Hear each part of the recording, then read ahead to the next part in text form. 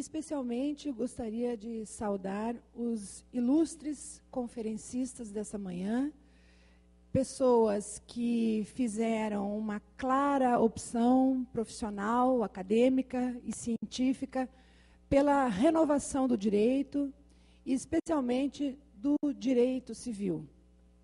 Nós teremos hoje uma oportunidade rara de ouvir, refletir e debater a respeito de 4 das mais importantes estruturas do direito civil contemporâneo, uma reflexão à luz da Constituição, à luz das demandas por reformas que nós temos debatido nesses dias aqui, nessa conferência estadual, e trataremos de assuntos como direitos da personalidade, as famílias, a responsabilidade civil e associações. Os conferencistas dessa manhã são realmente pessoas que têm emprestado seu brilhantismo, sua inteligência para a abertura de muitas possibilidades de renovação e, consequentemente, das reformas que o Brasil precisa.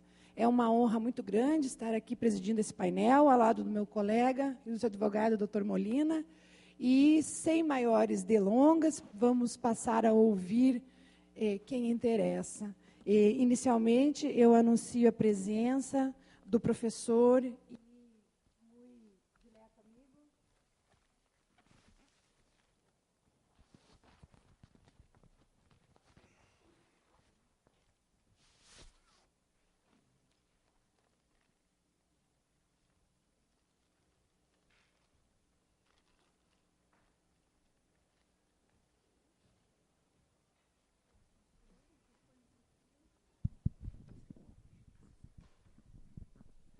um pouco de suspense sempre é bom, não é?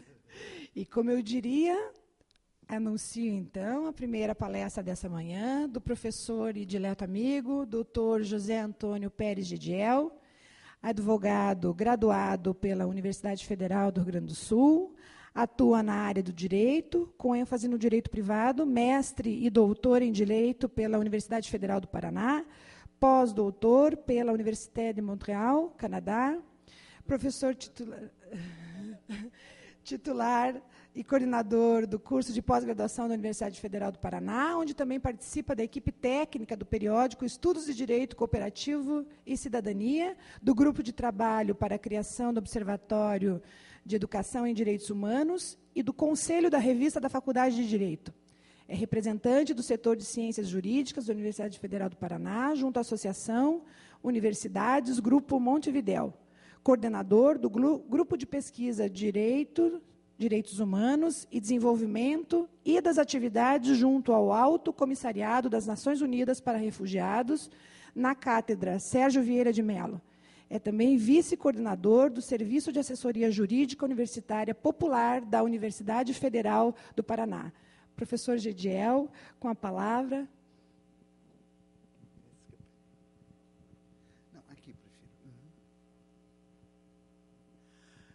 Muito bom dia.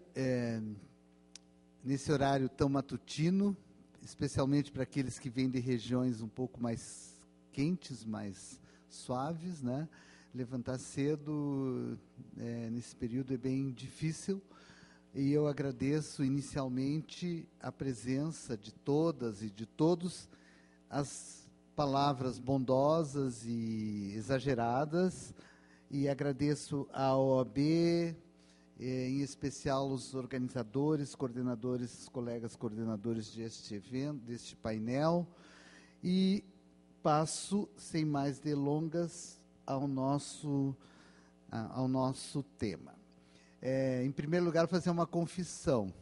Eu não uso nunca pendrive com essas coisas aí, porque eu acho que eu não dou conta. Mas como a Ana Carla está aqui do meu lado e ela se prontificou a fazer a setinha para frente e para trás, então, se sair alguma coisa errada, a culpa é da Ana Carla. Muito bem. Então, o tema que me coube é sobre a questão dos direitos de personalidade referente aos artigos 20 e 21 do Código Civil de 2002. Esse tema é um tema que me é extremamente caro, porque os direitos de personalidade são um tema sem fim, quer dizer, e além disso nós temos a clareza que os direitos esse aparente conflito, essa questão, ela é muito, muito, muito anterior ao Código Civil de 2002, porque nós já temos na jurisprudência francesa, inglesa, alemã, casos do século XIX, do início do século XX e muito recentemente também. No Brasil, é engraçado, porque nós estamos falando em reformas, os direitos de personalidade, eles entram na nossa vida para os operadores jurídicos, advogados, juízes, promotores, muito tardiamente. A gente não pode esquecer que até 1978, o Colégio de Desembargadores do Brasil vedava, quer dizer, tinha uma recomendação da reparação do dano moral, chamado dano moral puro. Portanto, nós entramos nesse debate muito tardiamente, né, para usar uma palavra adequada ao atraso, ao antanho, né? Então, nós não temos um percurso de construção doutrinária e jurisprudencial rico sobre esse tema. É um tema que é velho para o direito ocidental e é novíssimo para o direito brasileiro. A grande virada que houve nesse tema dos direitos de personalidade se deu anteriormente à publicação do Código e a entrada em vigor do Código de 2002. Se dá com a Constituição Federal, em que nos artigos 5º, o artigo 5º, inciso 4º e 9º, vão estabelecer como direitos fundamentais a intimidade e a vida privada. E também, já anunciando um pouco esse conflito que todos já conhecem, o direito à informação no artigo 5º, inciso 14. Pois bem, então essa aparente novidade, ela é uma aparente novidade, porque ela já existe em termos jurisprudenciais e doutrinários ao longo do século XIX e século XX, no Brasil, a partir da década de 80, e finalmente com um sustentáculo, com uma base normativa constitucional, a partir de 1988. Apenas mencionei aqui para lembrar alguns casos anteriores, portanto, à publicação e entrada em vigor do Código, que são esse recurso especial 22.1757, cujo relator foi o ministro Rui Rosado Aguiar Júnior, em que o debate em torno sempre da indenização por dano à imagem se deu em torno de fotos não autorizadas que foram reproduzidas por um mesmo periódico. Essas imagens, elas já eram autorizadas para publicar em outras situações. A junção delas e a publicação num outro contexto, digamos assim, semiótico, gerou, então, uma ação e houve o reconhecimento que esse procedimento de utilização de imagens já autorizadas sem autorização para um fim diverso, em veículo de comunicação diverso, era ilícito e, portanto, causava dano e cabia uma indenização. Na mesma linha, temos um agravo 29.56664, do Rio de Janeiro, que o ministro é Carlos Alberto Menezes Direito. Ambos os acordos são de 2000. Existem inúmeros, mas eu trouxe apenas para mostrar a anterioridade da questão ao artigo 20 e 21 do Código Civil.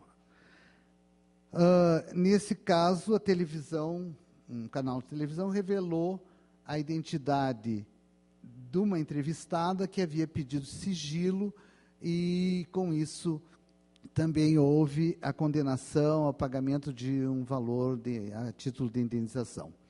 Essas questões referentes ao período anterior ao Código Civil de 2002 tratavam do mesmo tema, só que o remédio jurídico, a solução que era dada, era sempre a indenização, e não, como nós vamos ver, o que prevê o Código. Por outro lado, não devemos esquecer que a chamada lei de imprensa,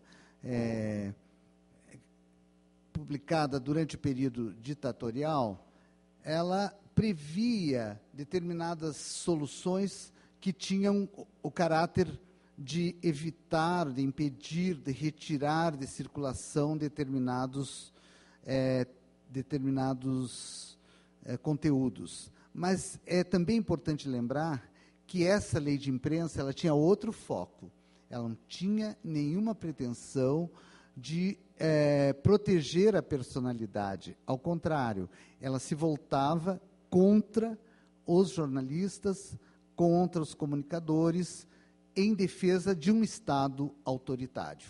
Portanto, não há como traçar um paralelismo entre o que o Código de 2002 prevê, no artigo 20 e 21, e o que acontecia na chamada lei de imprensa anteriormente, que não foi recepcionada por meio de uma arguição de preceito constitucional, uma ação em que não houve a recepção dessa lei de imprensa, anterior, portanto, à Constituição Federal e, portanto, anterior ao Código Civil de 2002.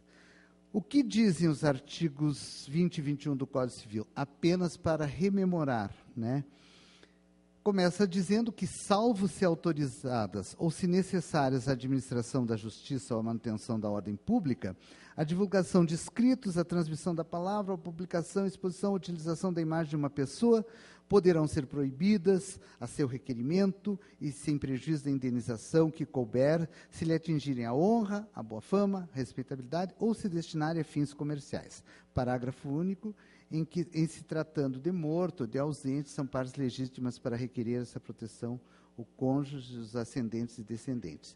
Como a gente já pode ver nesse artigo 20, existe, então, uma dupla resposta a qualquer a tentativa de atentado ou atentado a esses aspectos da personalidade humana que podemos situar naquilo que também é complexo, que é a questão de distinguir com clareza o que é intimidade e o que é vida privada.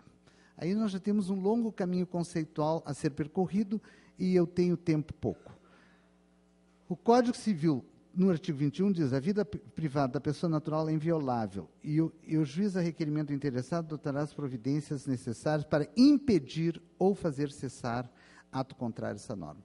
Toda polêmica que surge com as questões das biografias não autorizadas, em torno desse artigo 20 e 21 do Código Civil, não é em relação à indenização, que é o remédio clássico, digamos assim, que vinha sendo construído, mas sobre esse poder do juiz de impedir, né, sobretudo de impedir a publicação. Pois bem, todos conhecem o caso rumoroso que foi a publicação da biografia não autorizada de Roberto Carlos. E também de Guimarães Rosa, que já é falecido. Então, toda essa polêmica gerou essa ADI. Eu sou do tempo que a ADI se chamava ADIM, quando eu trabalhei no Tribunal de Justiça, na assessoria de recursos, era ADIM. Depois virou ADI, né, 4.815, de 2012, que ela é ajuizada por uma associação. Isso é muito importante a gente notar. Quem promove essa ação? Associação de Editores de Livros. São 35 associações nacionais organizadas sob uma forma de federação. Trata-se, portanto, de uma ação que vai ter o chamado controle concentrado da constitucionalidade, pede uma declaração parcial da inconstitucionalidade desses 2 artigos, sem redução do texto e voltada a dar uma interpretação que, segundo os requerentes, as partes que ajuizaram a ação, uma interpretação que seja coerente com o texto constitucional e, portanto, que proteja o chamado direito de expressão, ou de comunicação, ou de informação, ou liberdades comunicacionais, como chamam os alemães, né? Então, desde logo, essa ação polariza a atenção de todo o mundo jurídico sobre esse tema que já era anterior, que já tinha muitas decisões, que tem um longo percurso doutrinário em torno da indenização, do conflito entre imagem, intimidade e vida privada e honra. Quer dizer, aí também caberia um longo debate, que os alemães fazem muito bem, sobre entender o que é honra objetiva, honra subjetiva, imagem objetiva, subjetiva, que é dificílimo de identificar, a não ser no caso concreto. Bom, o fato é que essa ação, essa ADI, ela polariza o debate e ela, desde o início, ela coloca em oposição o direito à imagem, intimidade e vida privada, em oposição às chamadas liberdades comunicacionais, que podem estar aí contidas também uma série de outros direitos, desde a liberdade de imprensa, liberdade de expressão, de informação, enfim. E isso nos é apresentado como se todas essas liberdades comunicacionais elas estivessem ligadas à chamada esfera pública, como se não houvesse, nesse debate, nesse confronto de direitos fundamentais, esse aparente conflito, como se diz que não há conflito de direitos fundamentais, não houvesse nenhum interesse privado. Lendo, desde quem ajuizou a ação, nós verificamos que há, sim, choque de interesses privados. Portanto, não estamos a discutir uma questão que se refira especialmente ou apenas à esfera pública, às liberdades fundamentais, à questão da política. Há, sim. E que interesses privados são esses que estão em conflito com o direito à imagem, intimidade e vida privada dos biografados? Interesses comerciais editoriais, porque são a Associação dos Editores que aí estão postulando, interesses econômicos e não econômicos autorais, portanto, o autor, veja, são 2 já blocos de interesse, e, do outro lado, o interesse privado biografado. Quero chamar a atenção a essa questão, porque nós não podemos nos fixar no ponto que, mais adiante eu vou tocar, que aparece como se fosse uma questão pública, de interesse apenas social ou público. Não é. É também um conflito de interesses privados. A ação, citando, e os debates citando a experiência jurídica norte-americana nessa área, traz uma questão fundamental para o deslinde da questão final, né? Há um entendimento que é vigente, majoritário no direito norte-americano, que personalidades públicas, as chamadas no Brasil celebridades, elas teriam uma redução muito grande na proteção da sua personalidade e da vida privada, que é o caso dos biografados que levaram essa questão à justiça, mais recentemente, né? Então, o caso do Roberto Carlos. E isso também é discutível, porque significaria dizer que pessoas célebres, celebridades notáveis, que têm um amplo conhecimento público, elas não teriam direitos quase de personalidade, seria uma esfera tão reduzida de proteção. E isso, mutatis mutandi, não sendo grosseiro, mas equivaleria a dizer que uma pessoa que está privada de liberdade, está na prisão, cumprindo pena, não teria proteção aos seus direitos fundamentais de liberdade. Estou falando o extremo, mas pelo que parece que as pessoas célebres, notáveis, públicas, seguindo a linha tomada aí como linha condutora do pedido, elas teriam essa redução drástica da sua proteção à personalidade. Outra questão, veja, estou só levantando alguns aspectos relevantes e controversos. Outra questão que é bem interessante é que os postulantes mesmo reconhecem que nenhum direito, ou pelo menos que a liberdade dos modernos, vamos chamar assim, a liberdade pós-contrato social, a liberdade que não está mais no mundo da natureza, a liberdade construída a partir da presença de uma esfera normativa heterônoma. Essa liberdade não pode ser absoluta, mas ela é discutida como se fora, né? E o último item que eu achei extremamente complicado é comparar a censura prévia da época da ditadura, que eu já mencionei pela lei de imprensa, com dizendo que existe uma censura privada. Porque os artigos que estão em debate aí permitem que o juiz impeça, né, determine a cessação de atos que sejam apontados como ofensivos à personalidade, à imagem, à vida privada, à honra e à intimidade. Podemos passar? Eu não sei quantos minutos eu ainda tenho. 7 minutos, então vou correr. Então, eu já falei de início, existe, para todas as matérias, se vocês examinarem, né, existe uma tendência da jurisprudência norte-americana e inglesa de reforçar as chamadas liberdades, né? Isso no campo, por exemplo, da disposição corporal, da patenteamento do genoma. O direito norte-americano e inglês, eles tendem a restringir essa proteção aos direitos da personalidade em favor ou da ciência, ou da liberdade da imprensa.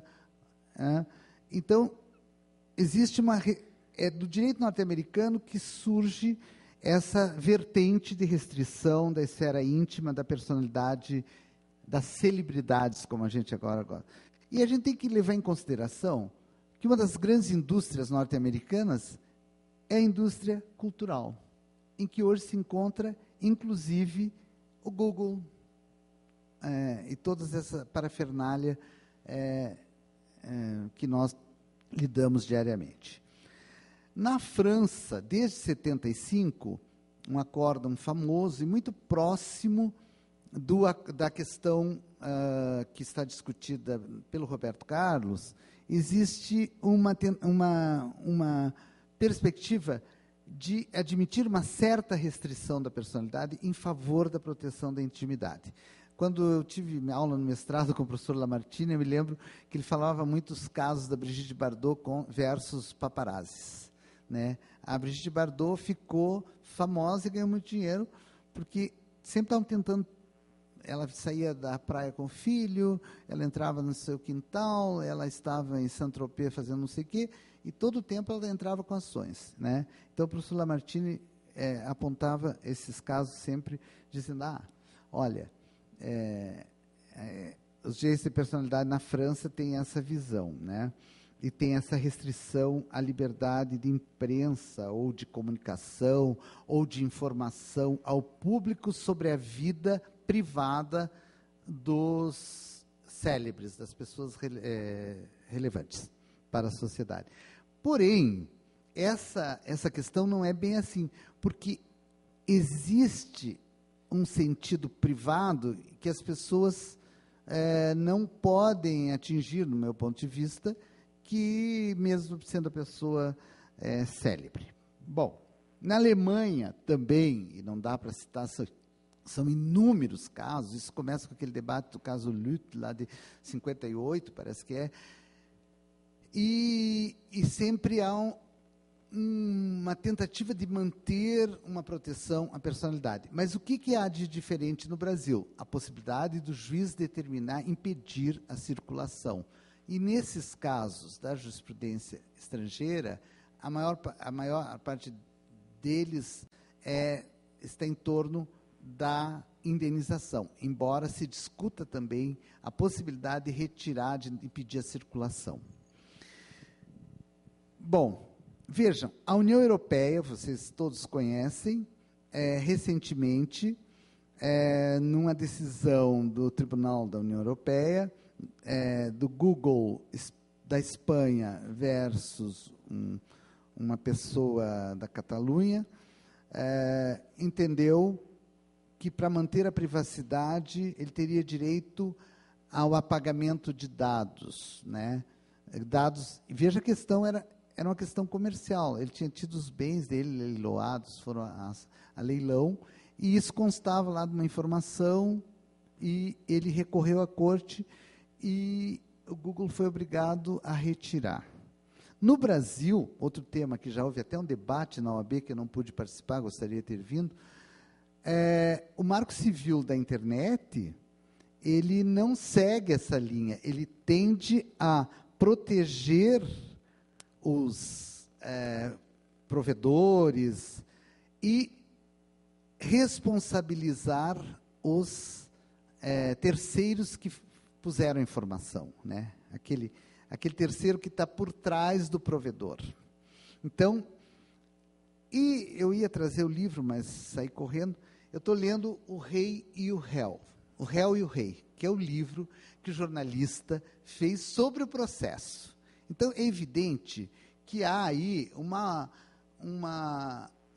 caráter comercial muito forte nessa questão, porque se eu não posso publicar, eu publico um outro livro falando do processo que impediu que eu publicasse. Outros casos recentes, que estão ali nesse painelzinho, muito rumoroso, que vai muito próximo ao caso Lüth, lá da Alemanha, de 58, que é a tentativa de... já foram publicadas algumas... Também está gerando um debate, publicação, não sei se é da Mein Kampf ou se é de outra obra, do Hitler, não sei, não me detive sobre isso, que também gera um debate. Tem a comunidade o direito de conhecer essa obra? E que maneira que ela vai ser discutida se, a partir desses escritos, a sociedade alemã sofreu tanto, e o mundo todo, né? Recentemente, aqui no Brasil, o caso Miriam Leitão e do Carlos Sandenberg cria uma situação. Duas pessoas da imprensa foram vítimas de adulteração do seu perfil na internet. E isso nos leva a discutir que hoje as liberdades comunicacionais elas não estão mais no campo da imprensa. Então, muita gente fala ainda hoje como se fosse sinônimo de direito à informação, liberdade de imprensa. Hoje são as redes que mandam na informação, né? É o campo onde pode haver maiores violações e maior facilidade de circulação, de expressão de ideias, expressões artísticas, literárias, informacionais. Aqui também caberia fazer uma distinção, mas realmente o painel eu tenho que dar conta, já estou terminando, é muito interessante entre informação comum para o público em geral e informação científica. Isso também deveria determinar um tratamento diferenciado. Então, vocês veem que tem inúmeros recortes: intimidade e vida privada, honra e imagem, honra subjetiva, honra objetiva, imagem subjetiva, e informação de que tipo, né, a discussão sobre liberdade de informação científica. Eu trouxe, acho que trouxe, não, mas não trouxe, não. Saiu Trouxe. Saiu recentemente uma notícia desse senhor Fábio Assunção, que ganhou 51.582,57 reais, porque ele era a pessoa que sofre, porque as pessoas sofrem por ser usuário de droga, e foi apontado como tendo relações de negócio por uma emissora com traficantes. Quer dizer, uma confusão muito comum também, que as pessoas confundem o usuário com o traficante. Mas para uma pessoa pública, um ator como ele, isso causou um dano enorme. Não só à sua saúde, à sua integridade mental, psíquica, como também à sua imagem pública. Vejam, 51.852,57, né? 582,57. É remédio a indenização? Essa é uma questão.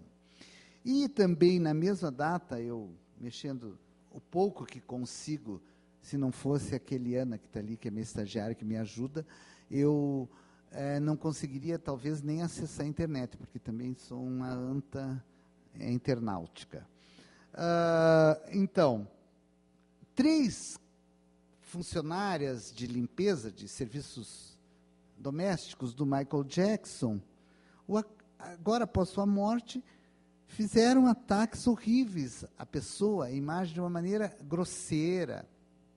E isso está rodando pela internet, né? Nem vou ler, porque isso ofenderia os ouvidos cultos e refinados das pessoas aqui presentes, porque só dá para dizer uma frase que eles dizem: é a pessoa mais suja de Hollywood que eu conheci, era a pessoa mais porca e suja de Hollywood. Então, vejo que esses ataques, as pessoas trabalhavam na casa, né?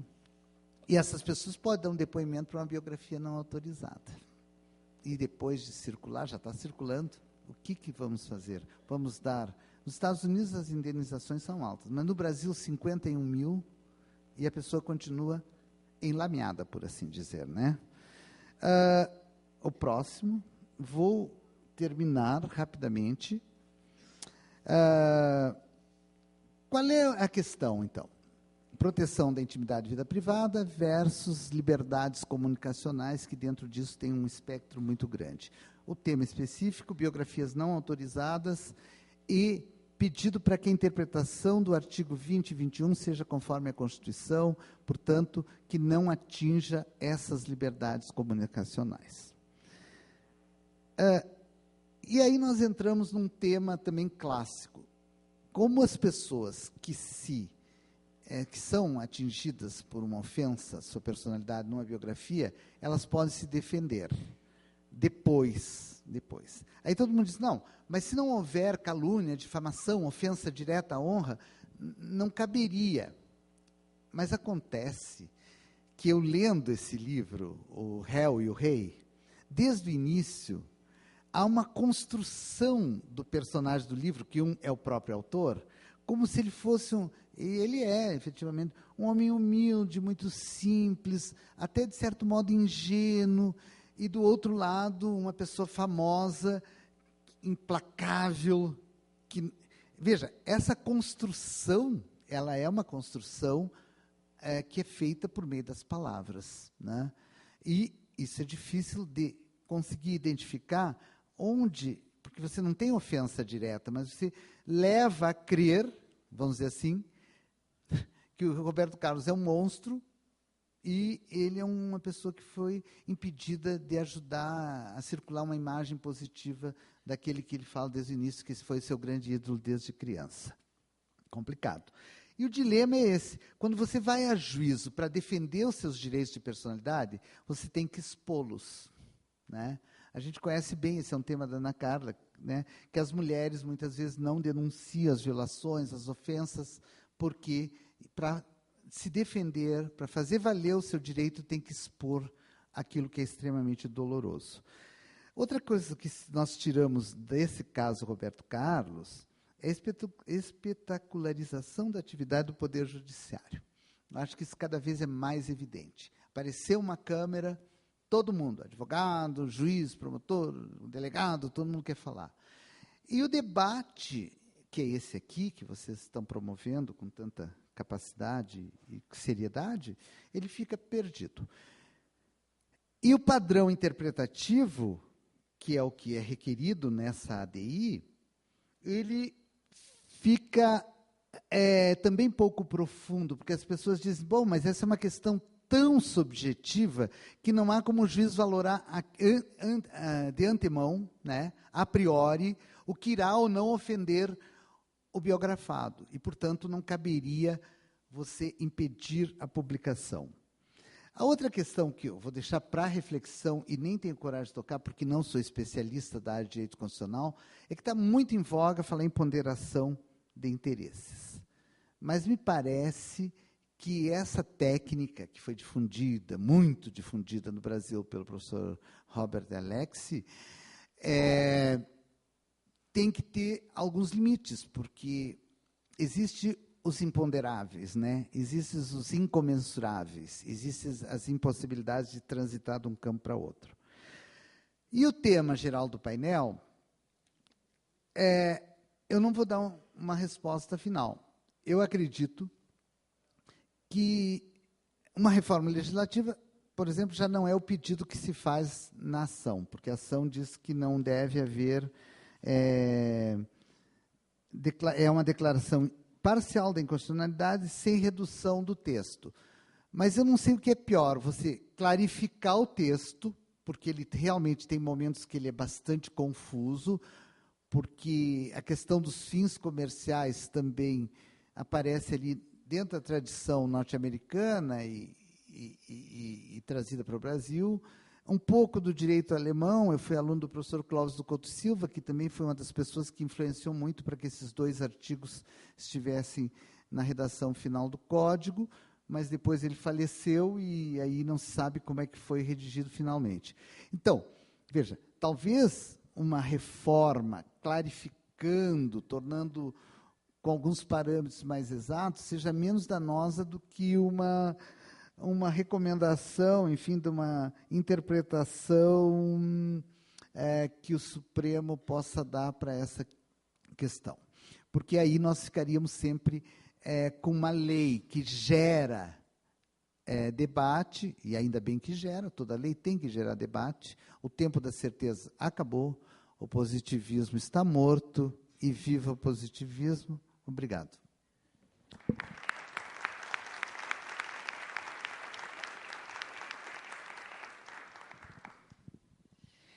Muito obrigada, professor Antônio Pérez Gediel, pela brilhante conferência. Realmente, o assunto, para além de ser muito polêmico, ele suscita algumas reflexões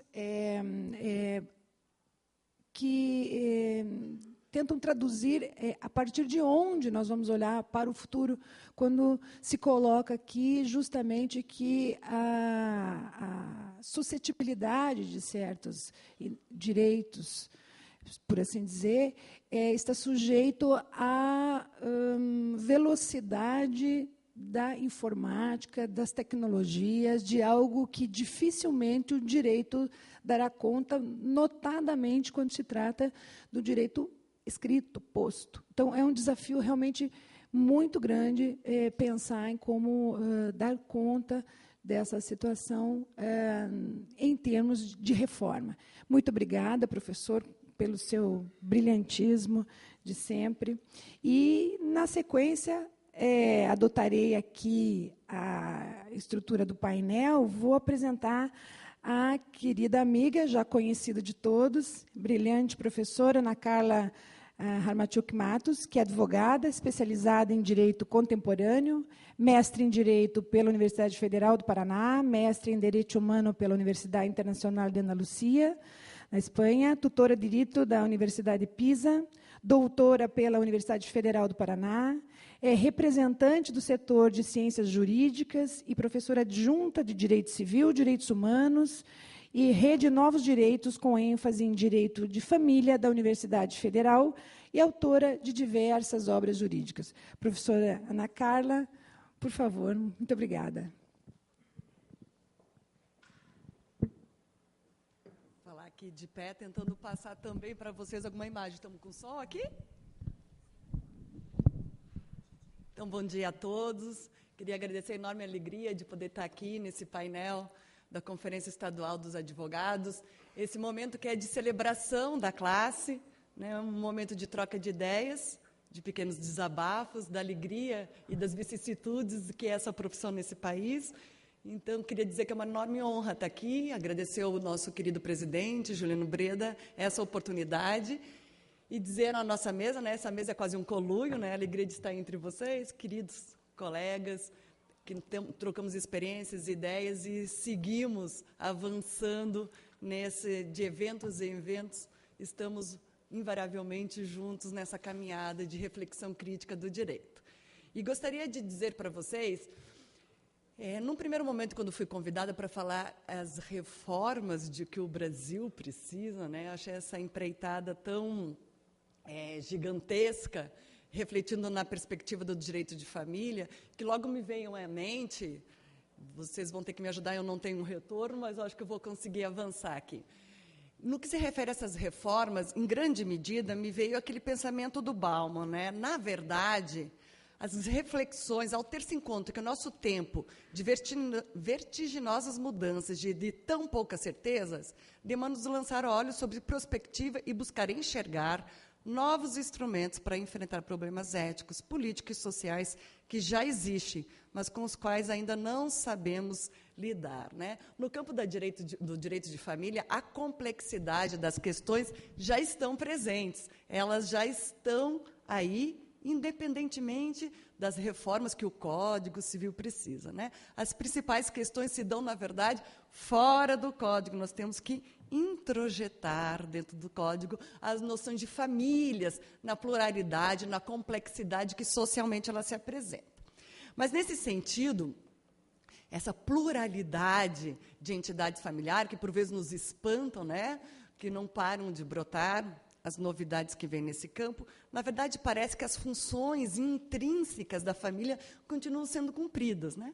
O cuidado entre seus membros, criação de filhos, aplacar um pouco a dureza da vida, independentemente das entidades familiares que vão se apresentando, as funções, aquelas psicoantropológicas, sociais, continuam presentes independentemente da entidade familiar que nós estamos vislumbrando.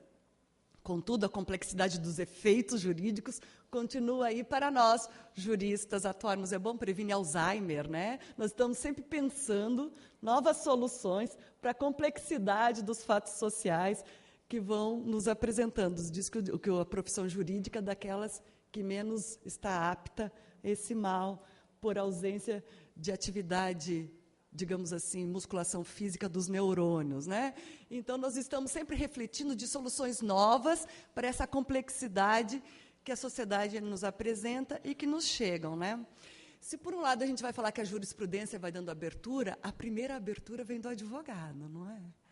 Se o advogado, ao receber o seu cliente, diz, não tenho no meu arquivo uma petição semelhante à sua e, portanto, não vou dar-me ao trabalho de tentar construir uma solução adequada, jamais teríamos a primeira decisão que desdobraria. A primeira elaboração, eu digo até, é da consciência da pessoa que tem direitos e a busca da solução através de alguém que lhe represente e busca um pedido que, por vezes, ainda não está amparado ali dentro da realidade já consagrada de um Código Civil. E, nesse sentido, nós sabemos que a questão da união entre pessoas do mesmo sexo, então, aqui eu tento mostrar a necessidade dos fatos sociais entrar nas reformas do nosso Código Civil. Nessas alterações, a primeira que se deu foi com relação à união entre pessoas do mesmo sexo. Os senhores estão cansados de saber que, a partir dessas decisões, dessas duas ações constitucionais, nós inauguramos uma outra fase de tutela para pessoas do mesmo sexo, pessoas que vivem em parceria dita homoafetiva, homossexual, ou, nessa expressão, a união entre as pessoas do mesmo sexo. Antes de a gente chegar a essa decisão, era um conjunto de decisões isoladas que tínhamos nesse sentido, né? Desde o final da década de 80, década de 90, mas culminamos com essas decisões que, para o nosso espanto geral, foi por unanimidade, né? Nem os mais otimistas, né, defensores da temática, acharíamos que chegaríamos ao ponto de ser unânime a decisão, que descortinou todas as questões a partir daí da resolução, do CNJ, e todas as demais questões que daí desdobram. Eu vou falar rapidamente, e não vou me deter muito descrevendo o que já aconteceu, em razão do tempo. Mas, a partir da resolução união estável e casamento, entre pessoas do mesmo sexo, inclusive cartorialmente, a partir daí a habilitação conjunta para adoção. Até então, parceiros homossexuais adotavam sozinho, mesmo que vivesse com parceria, e só no segundo momento o seu segundo parceiro adotava. Temos casais que até hoje devem estar assim, não regularizaram a segunda adoção, daí a segunda seria unilateral, mas desde o reconhecimento do Conselho Nacional de Justiça, passa a ser tranquilo que o processo de habilitação de pessoas do mesmo sexo se inicie, desde o início, pela dupla. Processo de habilitação, curso preparatório para adoção, habilitação conjunta e todo o trâmite que daí se segue, tal qual outra entidade familiar. E quando a gente achou, portanto, que estava apaziguados as questões, nós passamos por um outro momento de novidade jurídica, que é a reprodução humana assistida aplicada à temática da união entre pessoas do mesmo sexo. Começamos com parceiros homossexuais femininas fazendo reprodução humana assistida. Né? Uma parceira, por vezes, doando material genético, doador anônimo do material genético masculino, e uma outra gestando, ou aquela mesma gestando, uma de São Paulo, uma de Blumenau, outra do Rio Grande do Sul, começou a se descortinar essa possibilidade. Né, como os senhores sabem, as certidões de nascimento dessas crianças, fica o nome das crianças, filhas de, em nome de 2 homens ou nome de 2 mulheres, tal qual já estava sendo os processos de adoção com relação a essas questões. Pediram analogia ao que já ocorria a adoção, e a reprodução humana assistida feminina começou desde o início já se portar o documento com o nome das 2. Em alguns casos, registrando diretamente no cartório, se suscita dúvida, mas se tem parecer favorável, e, em outros momentos, necessidade de autorização judicial para que a certidão de nascimento fique efetivamente em nome das 2 parceiras. Mas a novidade que se apresenta recentemente é a temática para parceiros masculinos. Né? Então, aqui nós temos, até onde se sabe, nem todos gostam de emprestar a sua vida publicamente, em nome da privacidade, mas esse aqui é um caso de parceiros homossexuais femininos que fizeram reprodução humana assistida com material genético de um deles, doadora feminina anônima, e quem gestou foi a prima deles. Né? Esse casal, esse foi um primeiro filho, a menina tem 2 anos, fizeram novamente o método da reprodução humana assistida, o outro parceiro agora que doou material genético, a mesma prima, ela prefere não aparecer, ela é casada, ela gesta em solidariedade a esse casal, e nasceu a segunda filha desse parceiros homossexuais masculinos, e nessa segunda criança, o parceiro teve a chamada licença maternidade para cuidar dessa criança. Nesse caso específico, foi registrado diretamente a criança, sem necessidade de ação judicial para tanto. Então, estamos nesse momento de utilização dessas técnicas.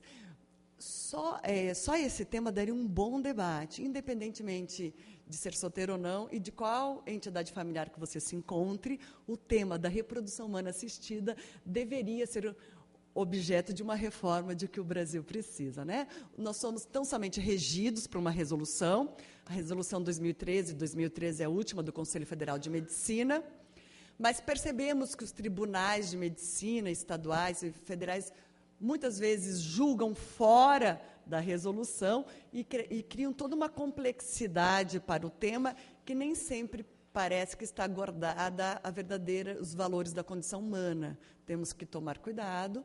Há um mercado disponível e uma facilidade de estética imaginável para esses casos, que não corresponde à realidade, nem à dor do procedimento, nem os riscos do procedimento, né? Então, aqui, no que se refere, não exatamente para a temática da parceria homossexual, mas, de modo geral, o tema da reprodução humana assistida mereceria maiores cuidados.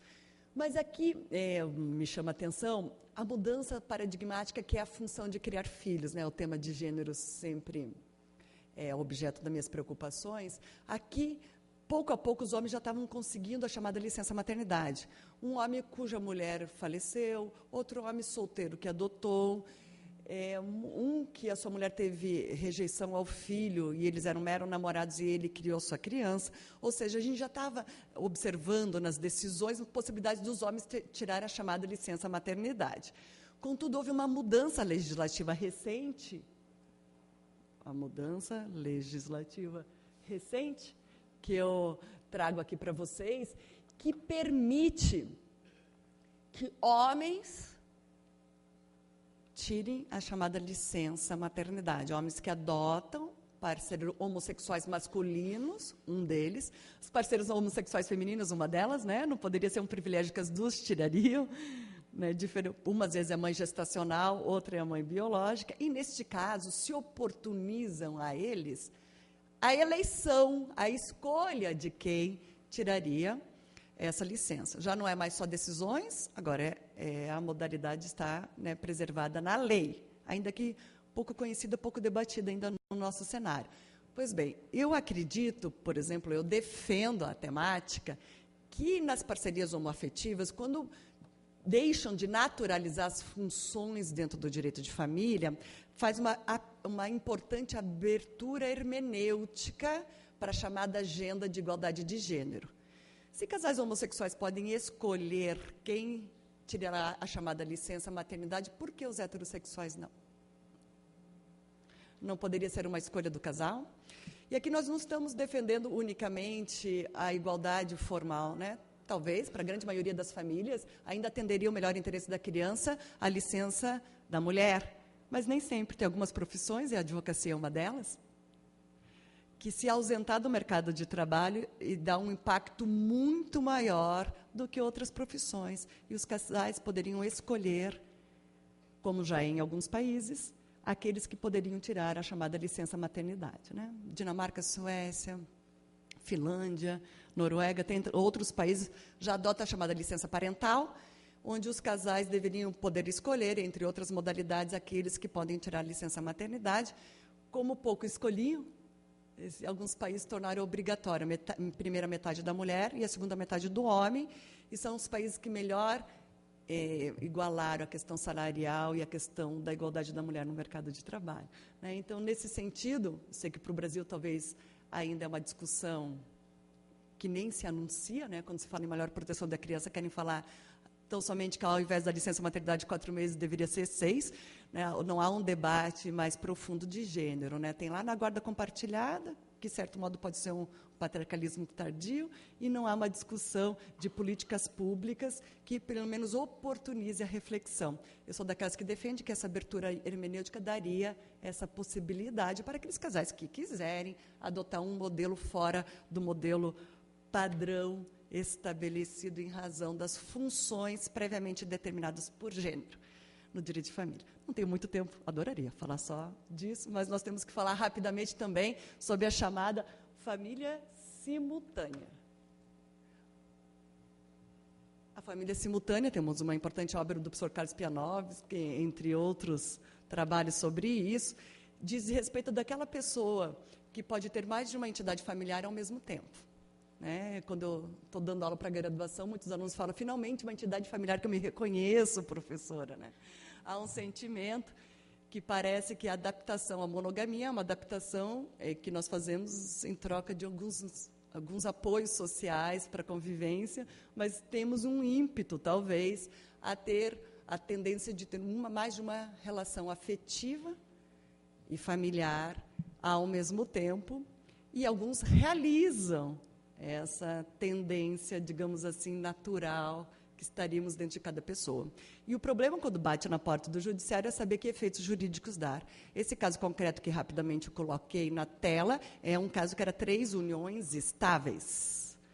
Né? Então, nem poderíamos dizer quem estaria, cada uma numa cidade, nenhuma conhecia da outra, se conheceram numa UTI de hospital. Não sei se rezaram para que ele se recuperasse ou não naquele momento, mas houve uma questão pragmática a ser resolvida. Quando questionavam a magistrada sobre isso, como a doutora vai reconhecer a quebra da monogamia nesse país?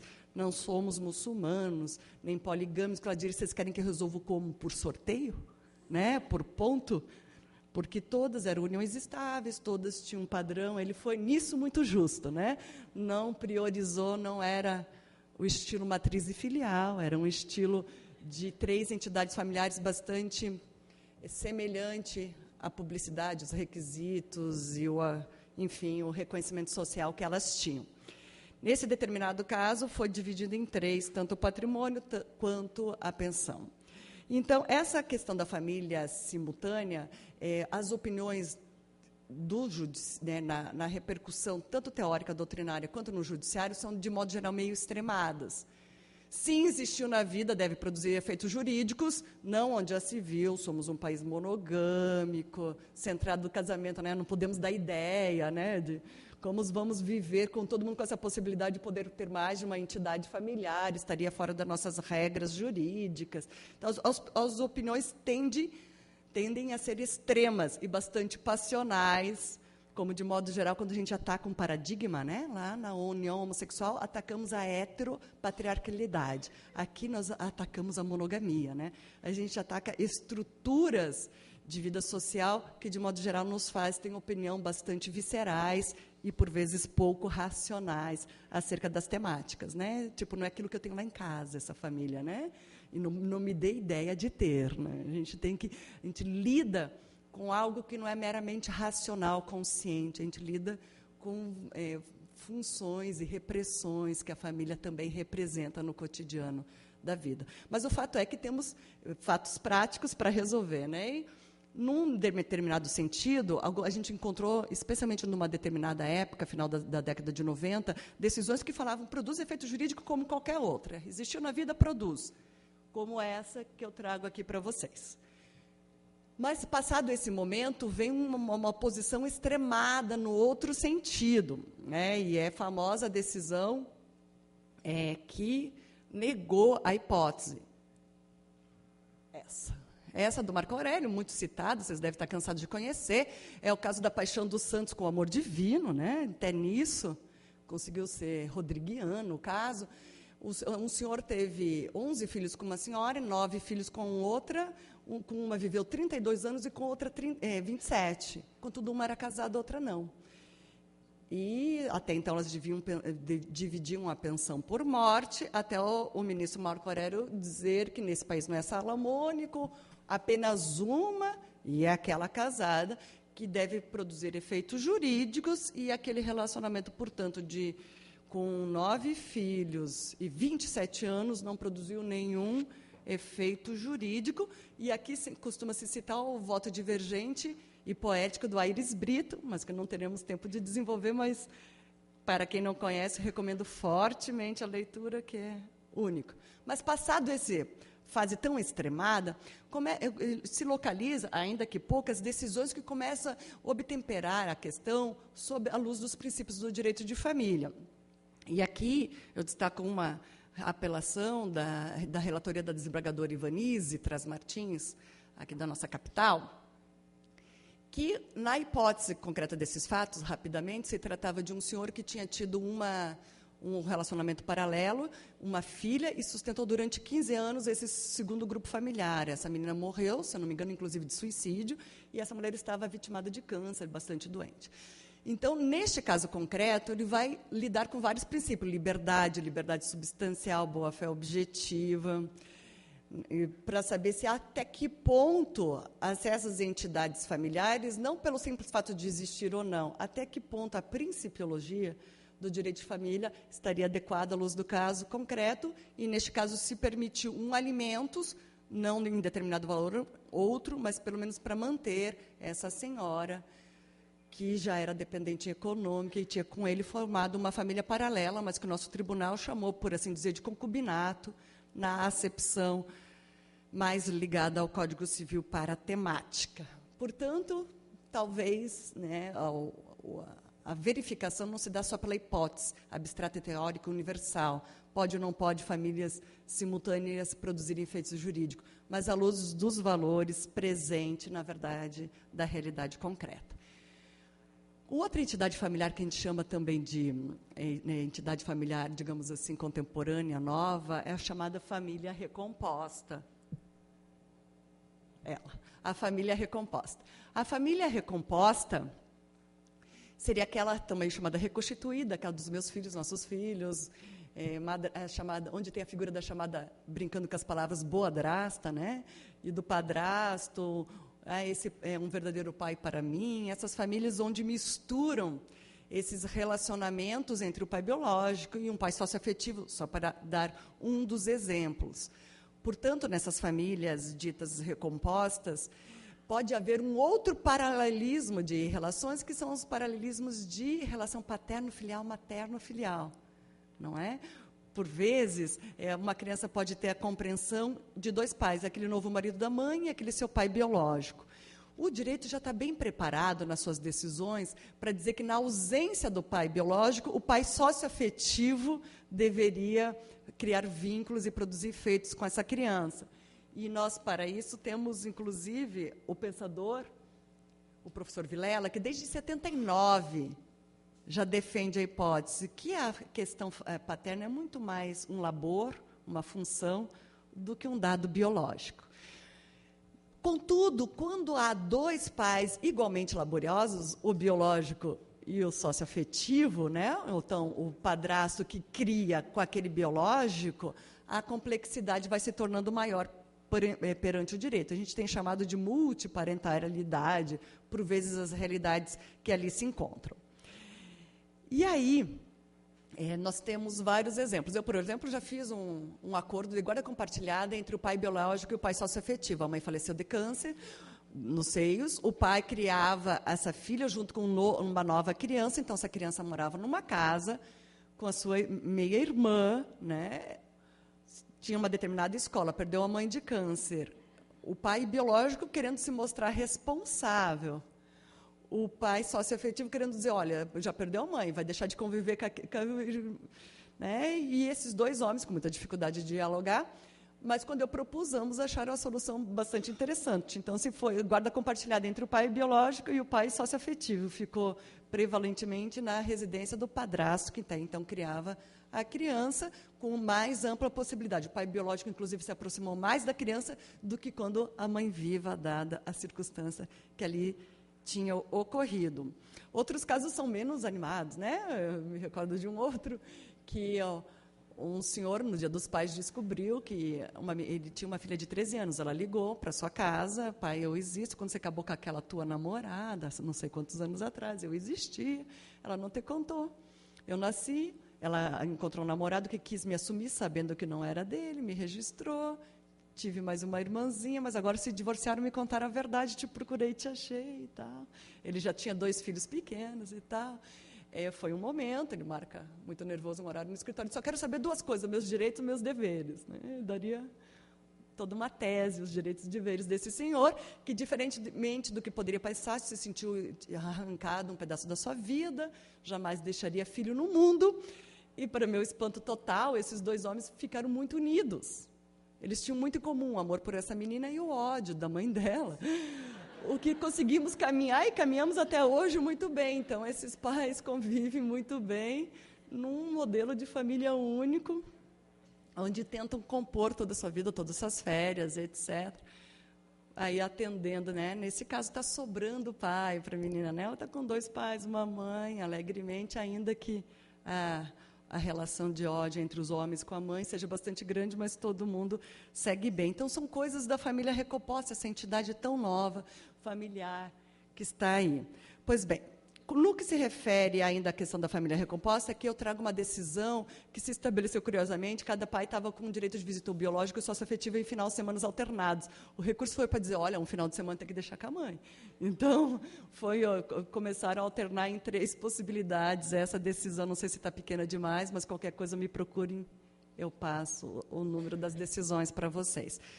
É bom sempre lembrar que há um reconhecimento legal da família recomposta, que é a chamada Lei Clodovil, que permitiu que os filhos adotem o sobrenome dos seus pais de criação, dos seus pais socioafetivos, do seu pai ou da sua mãe de criação, padrastos e madrastas, na compreensão tradicional dos termos. Então, uma criança que vive num outro grupo familiar de família recomposta pode adotar o nome daquele que lhe cria, sem excluir o sobrenome dos seus pais biológicos. E, portanto, é um reconhecimento jurídico, técnico, da chamada família recomposta. Não é a lei da união sexual sonhada, né? Lei Clodovil, né? Na verdade, é uma lei que dá a oportunidade de uso do nome. Era uma proposta de lei do Clodovil que, quando ele faleceu, foi aprovada em homenagem a ele. Então, tentei ilustrar famílias que assim vivem na sua chamada família recomposta. Ainda acredito que a família vai passar por outra alteração, que é chamada, que aqui eu chamo de família solidária, que a gente começa já a anunciar as decisões nesse sentido. São pessoas que se unem, não propriamente para a tradição das famílias formar relações sexuais legítimas e procreacionais, né, e reproduzir, né? São famílias que se unem em razão de um especial traço de solidariedade, ou em razão da sua dependência física, velhice. São pessoas que se agregam para aplacar as dificuldades de vida, e nisso a gente tem chamado essas famílias de solidárias por esse motivo. Então, nós temos alguns casos. Há uma decisão do Rio Grande do Sul, que a relatora é voto vencido, na verdade, que é esse número, e que se tratava da seguinte hipótese: 3 senhoras moravam junto com o senhor, todos de muita idade. Esse senhor não tinha descendentes, ascendentes, a sua cônjuge era amiga dessas senhoras e tinha falecido, e só tinha primos vivos que nem sabiam o endereço desses primos. E viviam todos ali juntos num alto grau de solidariedade. Essas 3 senhoras com esse senhor, na verdade, fazia serviço doméstico quem podia, atendia quem podia, ia a médicos, etc., e residiam todos na casa, na propriedade desse senhor de idade. Esse senhor procurou o Rodrigo da Cunha Pereira, nosso querido presidente do IBDFAM, para que fizesse testamento, contemplando, antes que ele fizesse, logo após esse senhor falece. E o doutor Rodrigo, muito apenado, entrou com pedidos de reconhecimento de irmandade socioafetiva. Como se houvesse ali, neste caso, uma figura de irmãos. Ele foi pela noção de socioafetividade, chamou de irmandade socioafetiva. Mas a lei no Pax, uma lei chamada Pax da França e outra da Catalunha, chama isso de pacto de solidariedade. A gente poderia dizer que são famílias solidárias. Eu poder eleger quem eu tenho solidariedade na vida e vivo uma expressão familiar e produzir efeitos com alguma dessas pessoas. Então, neste caso, perder por maioria, foi o recurso especial, conseguiu fazer aquele salto sobre obstáculos, né? E foi aceito. Tudo hoje em direito de família para que não suba, né? Nossas ações que não vão a Brasília, mas neste caso foi. Contudo, nisso, 2 dessas senhoras faleceram e acabou se fazendo acordo, né? Houve um acordo, inclusive o professor Carlos Pianov e o professor Faquim tem parecer nesse caso concreto, entraram em acordo, ou seja, produziu efeitos para a senhora que restava viva ainda, efeitos dessa chamada família solidária. Temos um outro caso do Rio Grande do Sul. Neste caso também, o relator do processo novamente foi por maioria. O relator desse processo, ao invés de dizer que ali havia uma família, ali eram pessoas muito humildes que viviam numa agricultura de subsistência, deixou esse senhor, uma senhora ter uma casinha numa choupana, uma posse dentro da sua propriedade, mas quando a velhice lhe acometeu, essa senhora passou a cuidar ao ponto de dar banho, da alimentação, levar, enfim, aquele cuidado próprio do idoso que deve se ter num seio de uma proteção, de um cuidado familiar. E o desembargador relator deste caso disse que a situação desses autos muito emociona, não passou de cuidados de idosos, né, no final da sua vida, mas isso não é família, não é união estável, não foi criada para esse fim.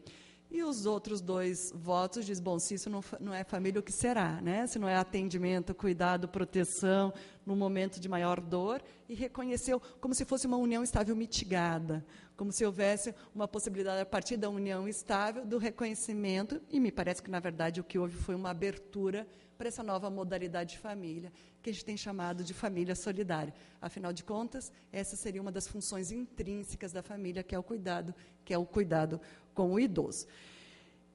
Portanto, quando a gente fala em direito de família, me parece que falta uma abordagem, uma perspectiva de gênero. Eu não conseguiria tratar desse tema aqui rapidamente com vocês, sem falar da fratura mais exposta do que me parece que o Brasil precisa mudar em termos de direito de família, que é as questões das violências que estão intrínsecas ao seio familiar, né? E aqui eu destaco especialmente a questão de gênero e a questão da vulnerabilidade da criança, ainda que muito rapidamente, só para lembrar que 71,8% das 43 mil mulheres que foram assassinadas no Brasil foi uma questão de femicídio. O lugar mais perigoso para uma mulher é a sua própria casa.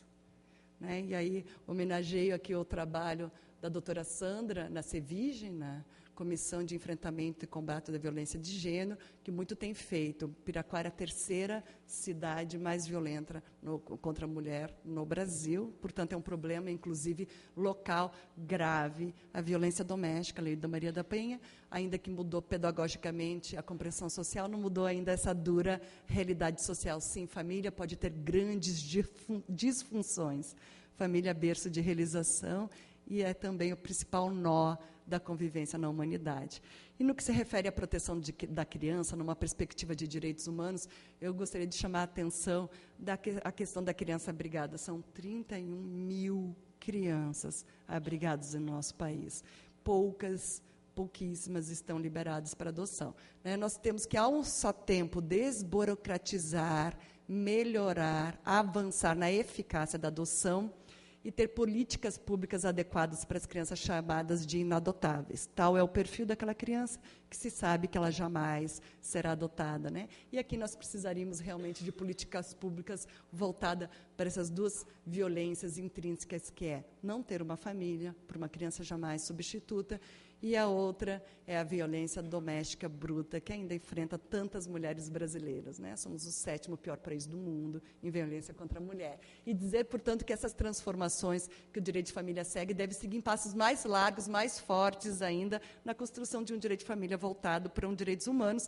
Nós produzimos uma obra de direito de família por juristas brasileiras, só com professoras mulheres, uma perspectiva de gênero, tentando não ter esse divórcio de pensamento de direitos humanos e de direito de família, um direito de família voltado para os direitos humanos.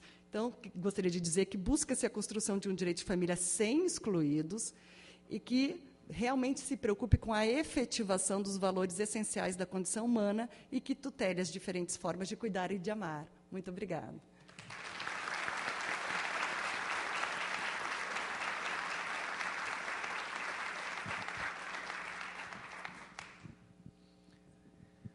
Prezada professora, muito obrigada, parabéns pela sua palestra, ao mesmo tempo precisa, contundente e emocionante até, necessariamente nos reporta essa necessidade de inferir da realidade os valores que estão presentes na busca desse direito que a senhora, com tanta maestria aqui propõe, né, de reconhecer esses valores. Muito obrigada.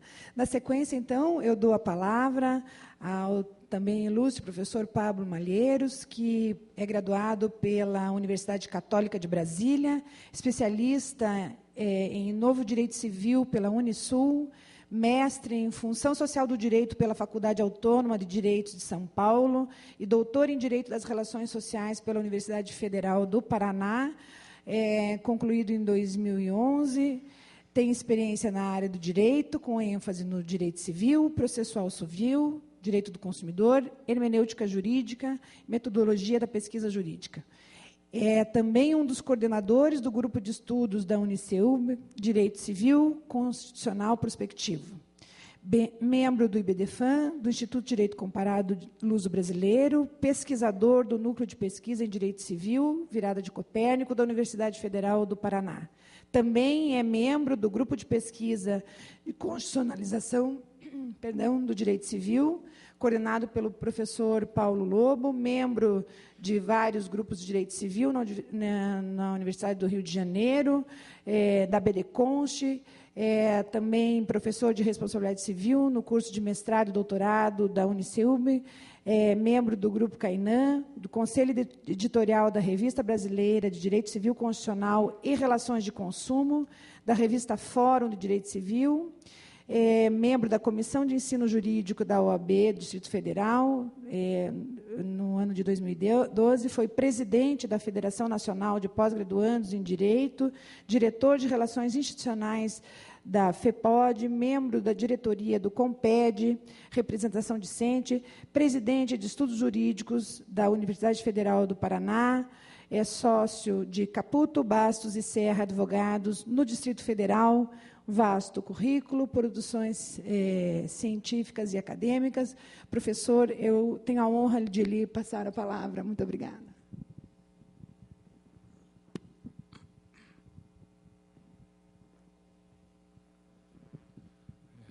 Bom dia a todos. Primeiro, queria agradecer ao presidente Julino Breda pelo convite de poder dividir essa mesa com um expoente do direito civil brasileiro.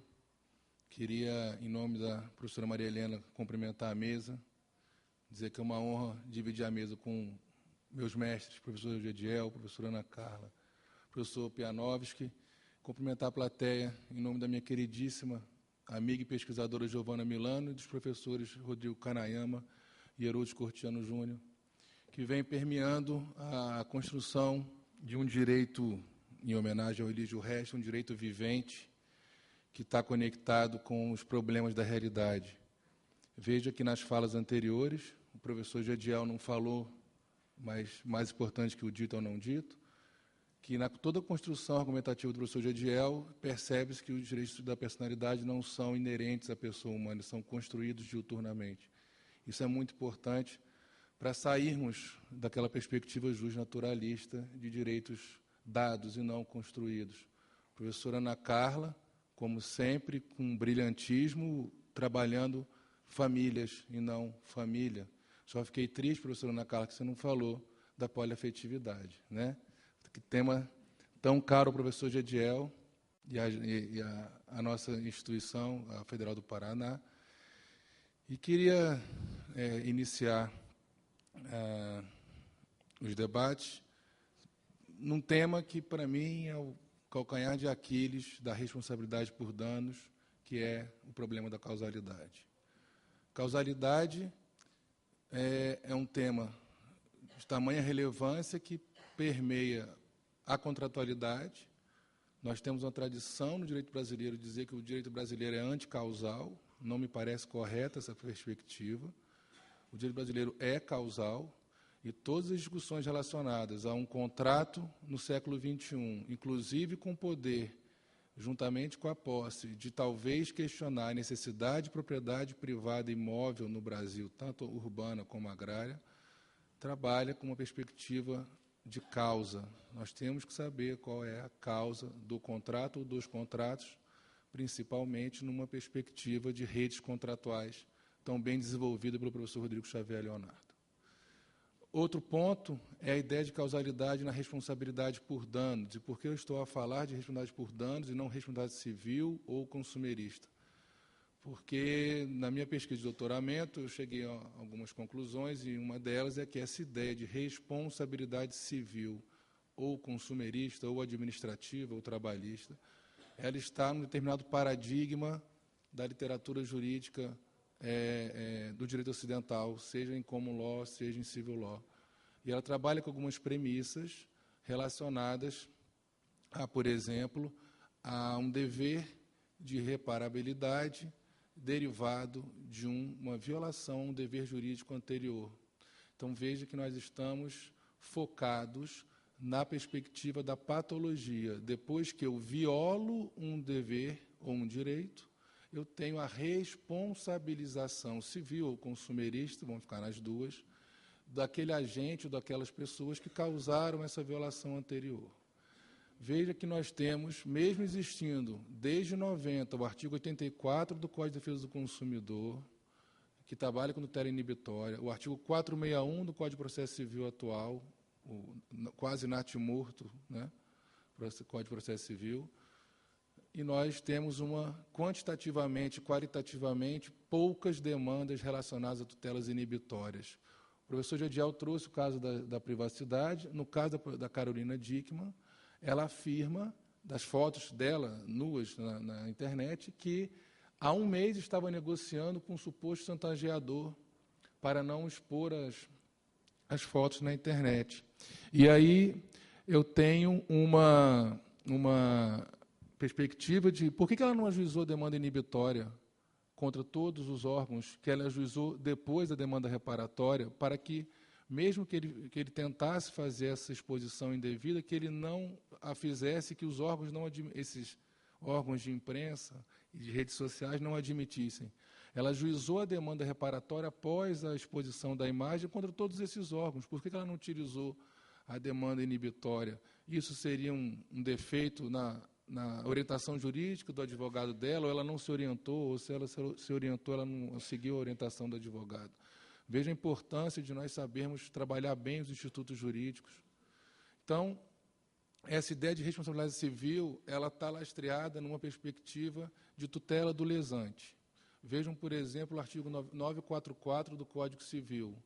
A indenização será, indenização é um termo técnico aqui, mas vou usar o termo do Código, será diminuída, reduzida, em comparação com o grau de culpa do lesante e o dano arbitrado à vítima. Veja, eu continuo focado no lesante. Vou dar um exemplo do direito desportivo. Não sei se vocês viram, no domingo passado, a torcida do Grêmio entoando cânticos contra o Fernandão, né, que faleceu. E aí o caso chega ao Superior Tribunal de Justiça Desportiva, e o procurador Paulo Schmidt fala: não posso condenar nem abrir processo contra o Grêmio porque não existe nenhum caso anterior a isso. E isso já vai dar um mote para a nossa discussão da causalidade, né? Qual que é o problema da causalidade? Então, a responsabilidade por danos, ela vai trabalhando com uma desconstrução dessas premissas da responsabilidade civil, que eu não tenho como agora falar, porque duraria bastante tempo. Entre essas premissas, seria a premissa de que a responsabilidade ela é anterior ao dano. Quando esse dano ocorre, ele só potencializa e imputa a quem deve responder por aquele dano. Por isso que a professora Giselda, nesse ponto, tem razão ao falar de responsabilidade pressuposta. Ela pressupõe a violação do dever, ela pressupõe o dano. E, nessa perspectiva, quando nós falamos de responsabilidade por danos, estamos a falar de danos potenciais e danos concretos.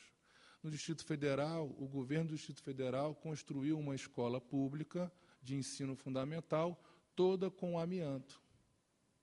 Então, a nossa perspectiva é que, mesmo antes da construção dessa escola, se a sociedade ou o Ministério Público, seja lá quem for, soubesse dessa futura construção, com base na ideia de inibição de danos, poder-se ajuizar uma demanda de obrigação de não fazer contra o Estado, para que ele não construísse a escola daquela maneira e que se construísse de uma outra forma. Tanto é assim que, no meio de outubro do ano passado, as aulas foram suspensas para que houvessem reformas na estrutura dessa escola, porque a questão do amianto estava causando danos às pessoas que ali trabalhavam, conviviam ou transitavam.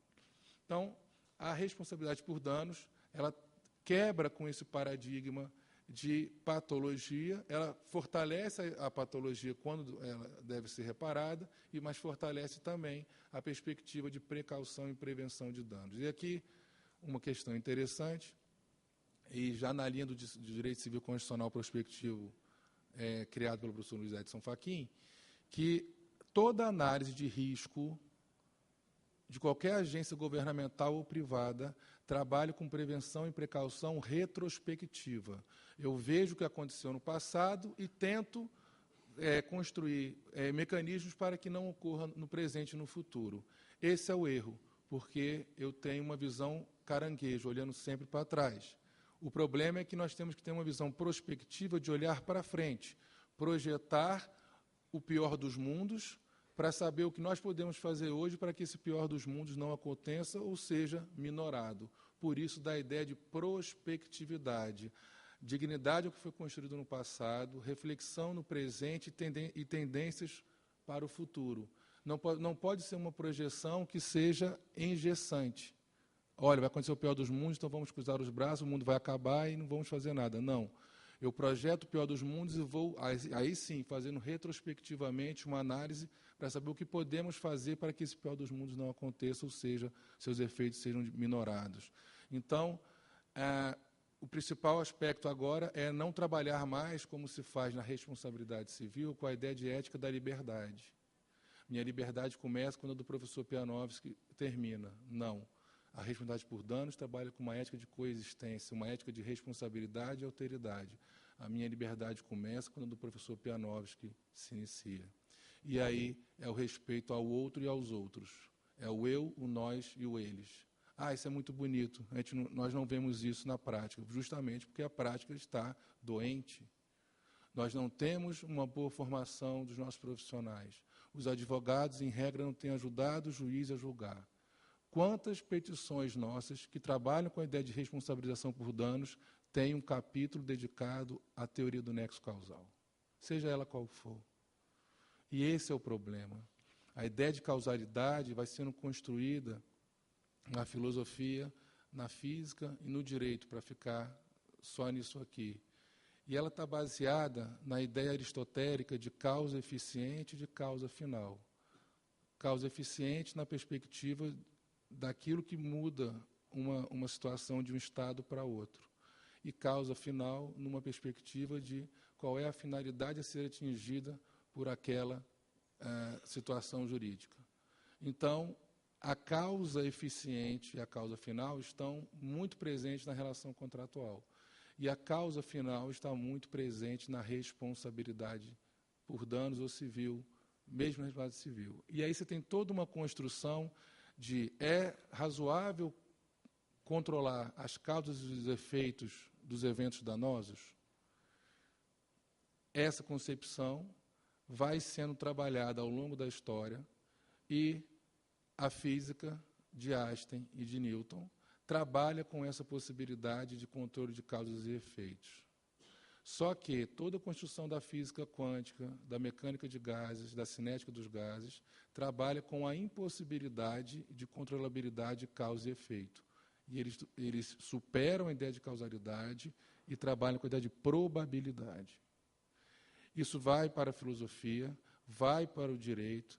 Hume trabalha com essa ideia da impossibilidade de controle de causas e efeitos, trabalha com uma sucessão de eventos que vão ocorrendo para que nós possamos aferir os responsáveis por aqueles eventos, e chega ao direito e se pergunta, eu preciso substituir a causalidade ou não? Tive a oportunidade, numa pesquisa de doutoramento, catalogar 14 teorias do nexo causal principais no direito ocidental, tanto de civil law quanto de common law. Qual é a premissa básica dessas teorias? Nexo de causalidade está vinculado à previsibilidade, ou provável previsibilidade de ocorrência do dano. Muito bem. Isso resolve o problema? Me parece que não. Por quê? Porque se eu não enquadrar aquele evento como previsível, por exemplo, o caso da metralhadora no cinema de São Paulo, que uma pessoa, um estudante de medicina, adentra ao recinto do filme Clube da Luta e metralha as pessoas. O STJ acabou de julgar o segundo caso que chegou lá sobre isso, dizendo que não tem responsabilidade o cinema e o shopping center. Agora, por fato de terceiro. No primeiro caso, por falta de obrigatoriedade do shopping em colocar seguranças armados ou detector de metais. Veja que eu acho de muita benevolência as pessoas falarem que no Brasil existe jurisprudência. Não existe nem jurisprudência e não existe precedente. Existe um mosaico de julgados que julgam de qualquer maneira, de forma naturalizada e com opinião pessoal sobre os casos que são apresentados. A professora Ana Carla trouxe o caso da homoafetividade. São 11 votos que nós não conseguimos extrair a racionalidade de fundamentação por que chegou àquele resultado. O que se vincula no Brasil é a ementa e o resultado. Foi considerado que a união afetiva era uma entidade familiar. Tá, mas qual foi o fundamento para essa conclusão? Não se sabe. Não se sabe. O professor José Rodrigo Rodrigues está com 4 pesquisadores da FGV para tentar pegar nos 11 votos qual é o mínimo de orientação de fundamentação desses votos. O ministro Lewandowski cita o Paulo Lobo como ornamentação do seu voto e, nas suas conclusões, julga contra o Paulo Lobo. Nessa perspectiva de causalidade, para o Congresso do IBD Civil, fomos convidados a falar sobre isso. Olha só, eu peguei todos os acórdãos, não estou trabalhando por decisão monocrática, todos os acórdãos que o STJ expressamente utiliza alguma teoria do nexo. Tem 26 acórdãos sobre causalidade adequada, 13 acórdãos sobre dano direto imediato e 4 acórdãos sobre equivalência das condições. Eu pergunto, como é que pode um ministro que na segunda julga pela causalidade adequada e na quarta dano direto imediato? Referência em relação a isso. Aí, na semana seguinte, ele joga pela causalidade adequada de novo. Aí eu pergunto, que coerência é essa?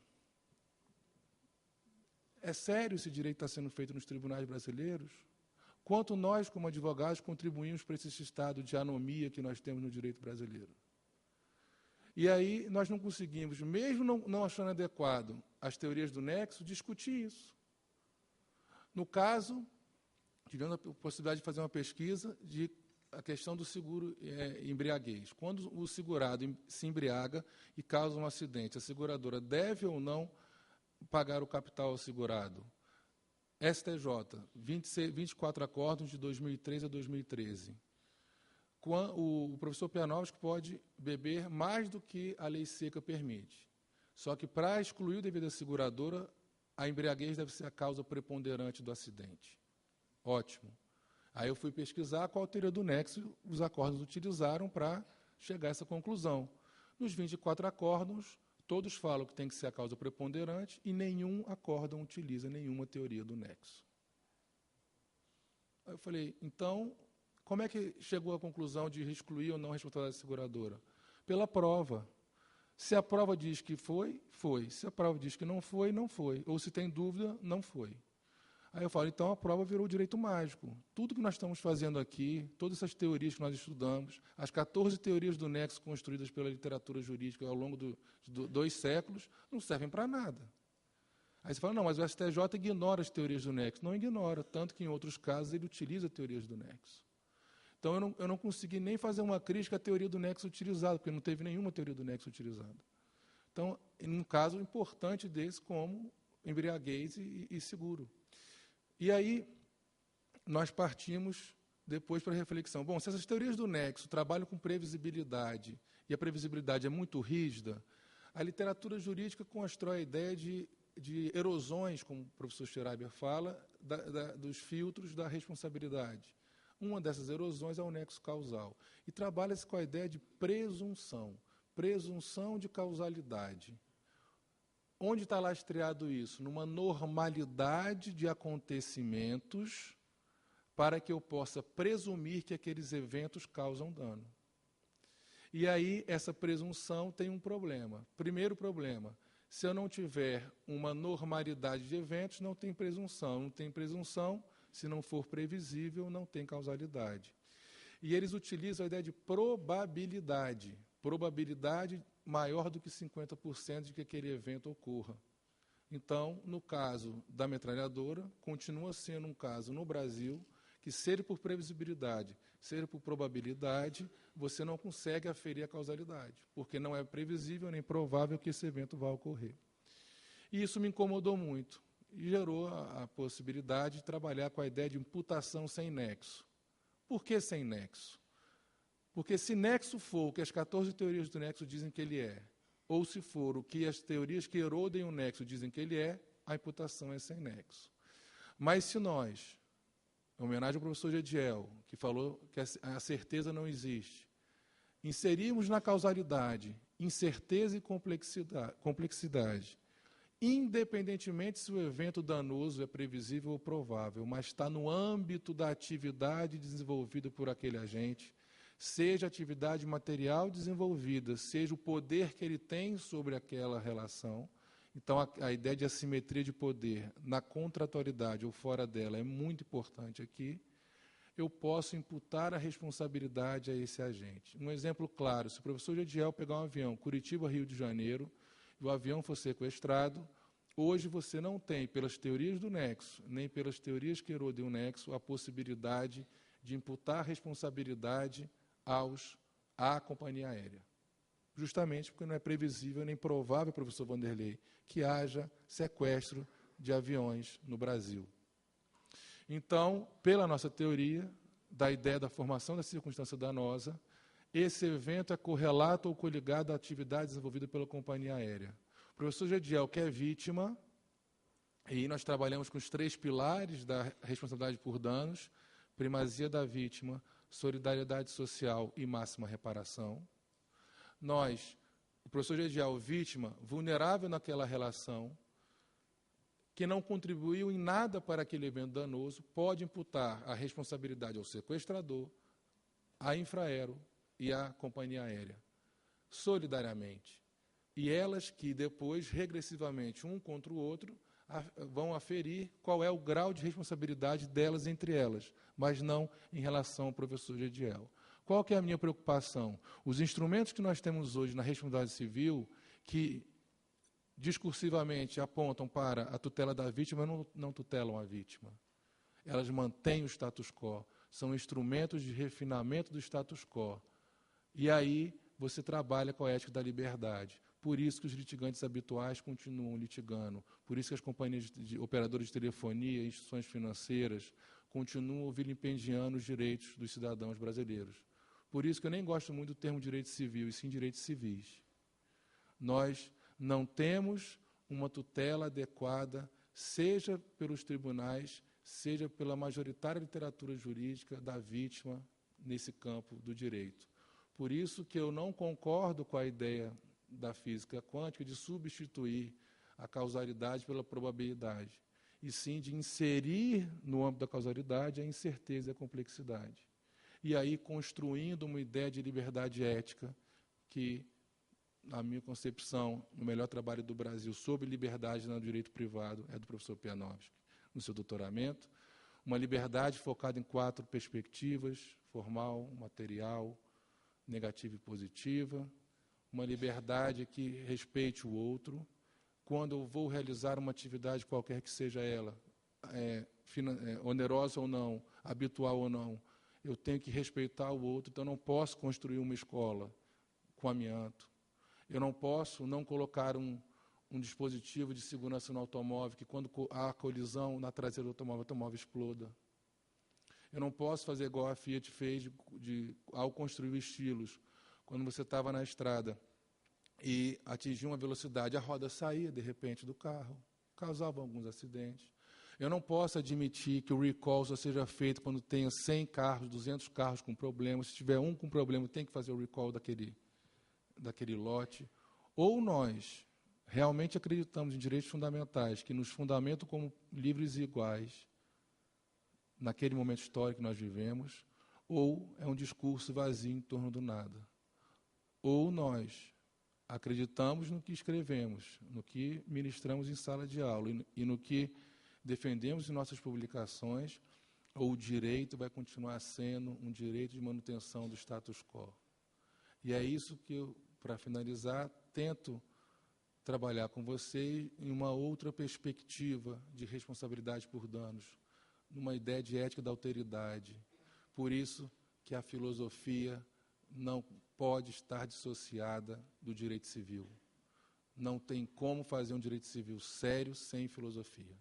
sem sociologia, sem antropologia, claro, sem que essas áreas do saber colonizem o direito, mas que dialoguem com o direito permanentemente. Então, queria agradecer, professora Marilena, pela oportunidade e me colocar à disposição de todos para eventual debate a posteriori. Muito obrigado.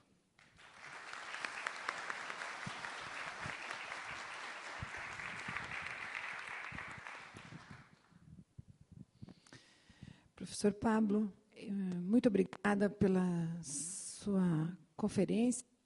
Eu gostaria de registrar aqui que, particularmente para mim, é uma oportunidade muito significativa partilhar desse debate com o senhor, porque compartilho da mesma perspectiva. Em 2001, defendi minha tese de doutorado, falando também sobre a prevenção e a reelaboração teórica da perspectiva do dano. Então, esse é um tema que, particularmente a mim, é muito caro, e acho que, definitivamente, pensar em responsabilidade civil com os olhos voltados ao passado, nessa estrutura estática, sem dar uma verdadeira adequação de sentido constitucional a esse instituto, realmente nós estaremos sempre apegados a uma resposta ex post ao problema do dano e sempre em torno, única e exclusivamente do dano, sem pensar na proteção efetiva da pessoa, que essa é a linguagem constitucional, afinal de contas. Muito obrigada.